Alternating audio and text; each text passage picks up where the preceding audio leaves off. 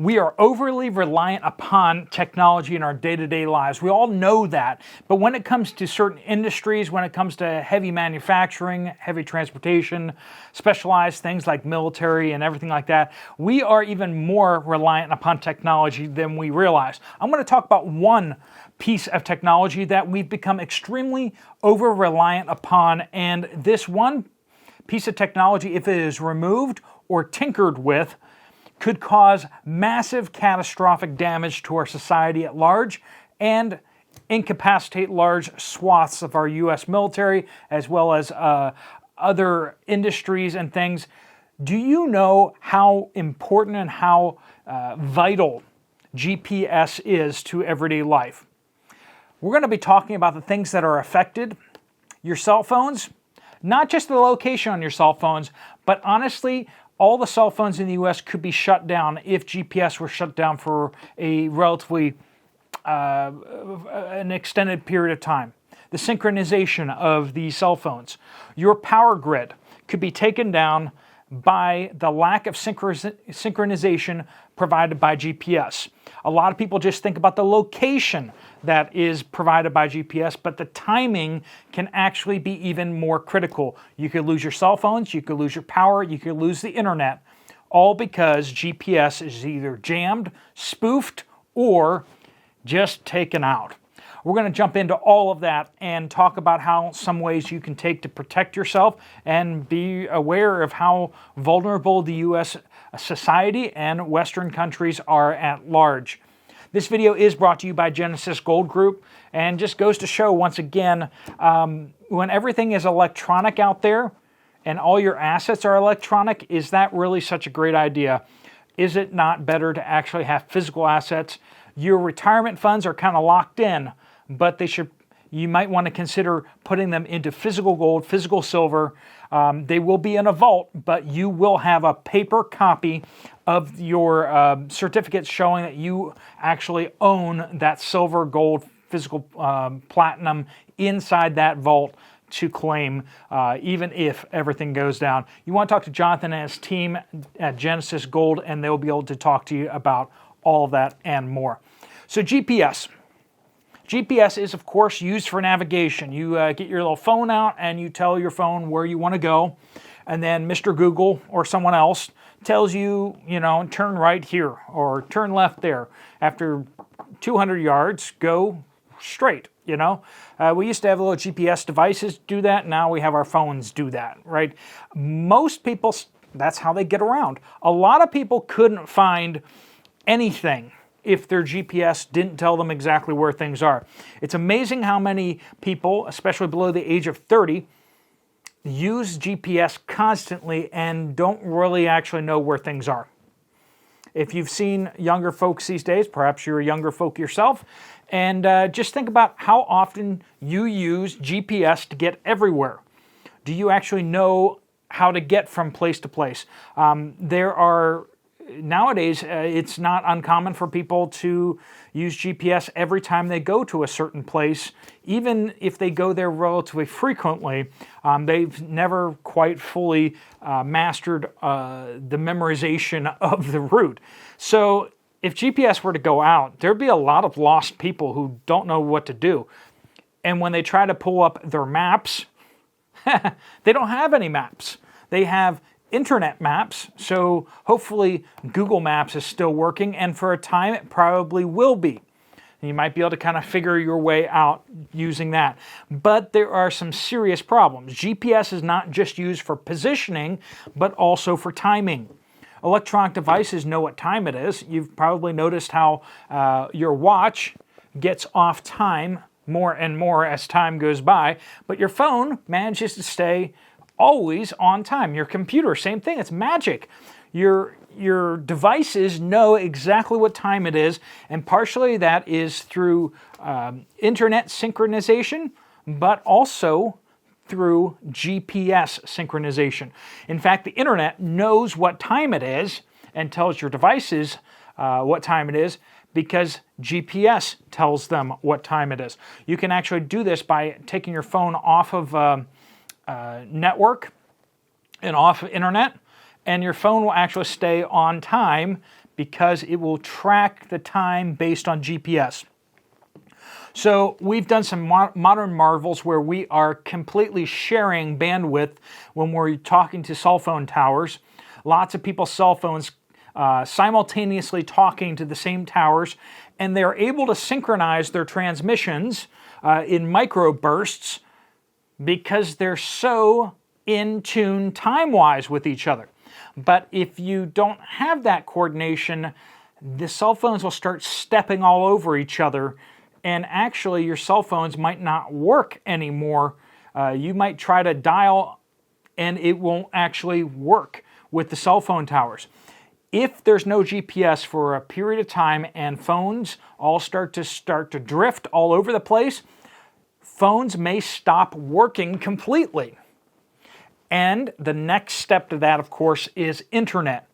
Internet does the same kind of thing. Everyone kind of shares bandwidth on wires and these type of things and switches and everything like that. And when you communicate to different websites, it's a lot of the parts of the calculations and the handshakes and the security protocols are based on exact timing. We have written into the coding of the internet GPS, the assumption that there will always be GPS telling your devices what time it is, telling the servers what time it is. This is very, very important. The internet could, by and large, stop working without GPS. Now you say, oh, Steve, that is just, who's going to go up there and start shooting down GPS satellites? Well, do I need to name you a few of these countries? Because you say, well, but then those countries will be out of GPS too. Did you know that China and Russia have their own GPS satellites? Oh, right. Their own GPS satellites that U.S.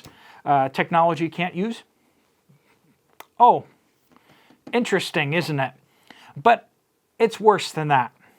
For about $60, $70, you can go out and you can purchase GPS jammers. Now, you're not allowed to do that in the United States. You're not allowed to have a GPS jammer, and you're certainly not allowed to use a GPS jammer. But let's just say they are readily accessible. You can get them. They're not called GPS jammers. They're called other things. Signal boosters. Signal boosters. You can buy signal boosters and then use them as GPS jammers. Of course, then you'd be breaking the law. You're not allowed to do that. But you could do it.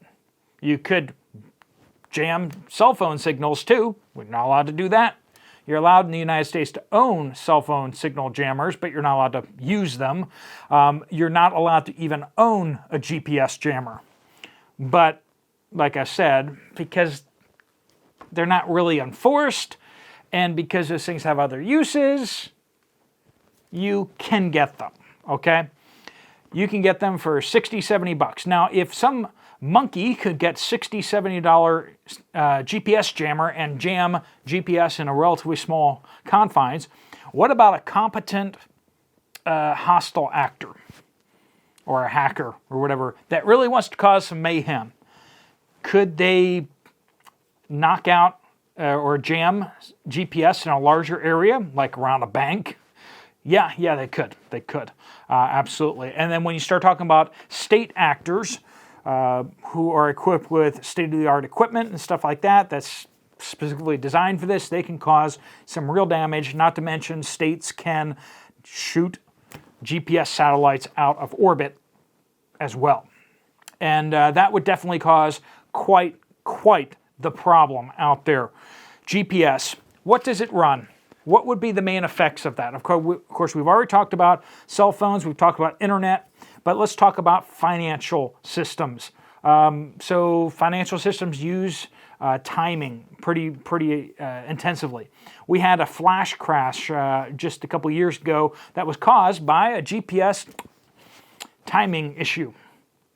And it caused a number of stocks to flash crash, and it caused all sorts of problems. It was rectified very quickly, but trades were invalidated, and millions and millions and millions of dollars were lost by certain people who who got burned by this, and it just, that's just a small taste. Financial systems absolutely depend on GPS.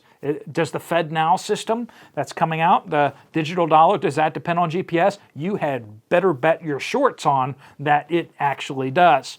And so while your paper $1 bill can't be monkeyed with from space or by your neighbor playing with electronic gizmos, your e-dollar can actually be definitely impacted by people with malicious intent messing with stuff. Solar flares, all sorts of stuff that can go out there. GPS signals are actually relatively weak, and that's why GPS jammers can be so effective, is because it's such a weak signal that you're kind of blanketing out that it's relatively easy to do that. Emergency services. They use GPS not only to track where, like how to get to somewhere, but they also track where their units are, so they know which units to dispatch. They need to know where all their units are on the map so they can kind of figure out who needs to go to this service and this area. And also they can move units to areas that are getting a lot busier when they can see that they're going to have a need for more emergency services in one area. Utility repair. Whenever a storm comes through, they can lock in very quickly onto what areas they need to send crews to. They can track where crews are to know, once again, where to dispatch people. Policing, same thing. They need to know where their police units are. People have gotten really used to dispatch actually knowing where people are. Transportation. This is big. Rail cars. Most rail cars nowadays actually have GPS on them, so they can kind of track where this rail car is. So the computer systems know where the rail cars are. Some of the shipping containers out there, they have their own GPS transmitters, and they can track where the shipping container is with GPS signals. So they, you see those ports and they have like just shipping containers everywhere. They can partially know where all those shipping containers are or what they are based on their GPS identifiers and stuff like that. If they lost GPS at a port, they might not know what all these containers are and where they're supposed to go, and just it would be just an absolute disaster. Vehicles, of course, can be impacted by this. Not only just you don't know where to go, but what happens about your car's GPS tracking system. Hackers have shown how spoofing the GPS signal on your car can be used to do all sorts of malicious things to you. They can spoof your GPS tracker to tell your GPS tracker inside your car that you're going way faster than you really are, and the car will shut down. They can actually spoof your GPS and make your car shut off. Yeah, that's interesting. They can also do other things where they can do stuff to your cars with GPS tracker because they have the anti-theft devices in them, and messing with those things, but also just blocking them out can cause all sorts of problems. Some cars may not want to operate if it doesn't have, if it can't get a GPS signal. Containers, agriculture, of course, farms use GPS like nobody's business nowadays. I've seen when we were looking at out in South Dakota, we're talking with some of the farmers there, and they're showing us maps that were just completely GPSed out with full samples across their entire farms of where the different kinds of soil are on their farms and the quality of the different areas. So they know like what areas of their fields are going to give the best results, where they can target fertilizer placement, everything like that. And then the machinery actually operates off GPS significantly, knowing where to put down how much fertilizer. So obviously GPS being out would cause ridiculous amount of impacts on agriculture out there, because that has significantly increased the yield of farms out there over the years. Utility companies. So I've talked about utility repair, like when there's a storm or something like that, but what about power just going flat out? Because you have these power company, the power companies between them, all these different generators, they actually have to synchronize the phase of the, because of course we have to alternating current, right? It needs to alternate, but they need to actually sync up large sections of countries together that need to be on the split second, extremely tight synchronization. And without the GPS, which is what it's used for in that, GPS is being used across the United States to synchronize the different interconnects. If you lose that for just a short period of time, the interconnects could start to destabilize, and you could lose power across the entire East Coast interconnect, the entire West Coast interconnect, the Texas interconnect. These power connects could actually drop if they destabilize. That's exactly what has happened to Pakistan several times, is that they got out of, one of their generators got out of phase and it started tripping breakers across the country, and it just caused a catastrophic failure across their power grid. And that's happened twice now, just in the recent last couple of years. With GPS out of commission, it would become a lot harder for them to synchronize the phase across so many generators across the whole country. GPS has been used very heavily for this purpose. Your power may go out if GPS gets disrupted. That's something you need to think about. And once it goes down, it's going to be very difficult for them to restart. It's going to be a lot harder for them to restart the power grid without GPS as well. So there's so many different things that are impacted by GPS, but one of the biggest is actually the U.S. military and other militaries around the world. They're extremely heavily reliant on GPS. In fact, GPS was designed and produced and placed into orbit by the U.S. military. GPS systems were eventually opened up for civilian use, partially at first in a fuzzy kind of state where you could get limited GPS usage, but it was not very exact.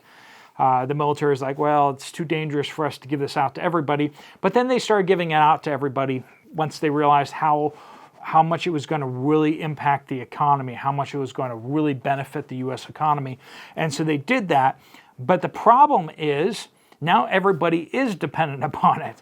But the U.S. military is also still dependent upon it. Now, the U.S. military has built some redundancies into the system, as well as rumors of a parallel system that they use for a backup.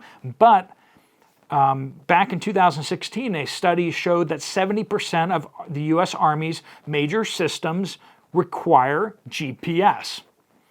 That's the U.S. Army. We're not talking about the Navy just yet, because the Navy is pretty significant there too, right? The U.S. Air Force. How much of the U.S. Air Force is affected by a GPS outage? Massively, right? And once again, like I said, for $60, $70, you can go out and buy a GPS jamming device. I do not recommend doing that because it is illegal, but it can be done by people who have malicious intent. And that's not going to blanket a massive area with GPS outage, but scale it up significantly, and you can blanket a large area with a GPS blackout. And state actors could do much more malicious things to the satellites themselves, causing GPS to go out. Are you prepared for that? Are you prepared to operate without your cell phone? Do you have access to, do you know who can actually operate a ham radio in your area? Do you have a ham radio? Those things are backup communications that cell phones, without cell phones, you're going to need ham radio to talk to people further away. Do you know your local ham if you're not one?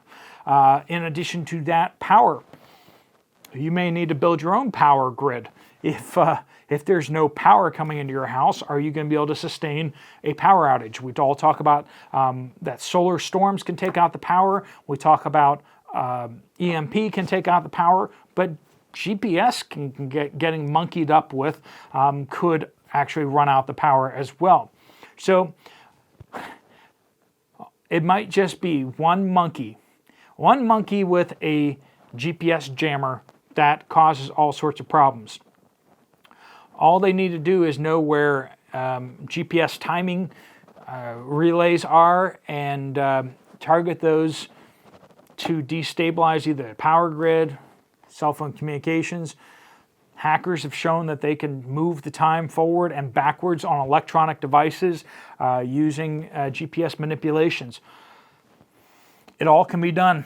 It can all be done. I don't know how to do all these things, but supposedly they can be done. And if you are aware that they can be done, then you need to be aware of the implications of those things and how to be more prepared for that.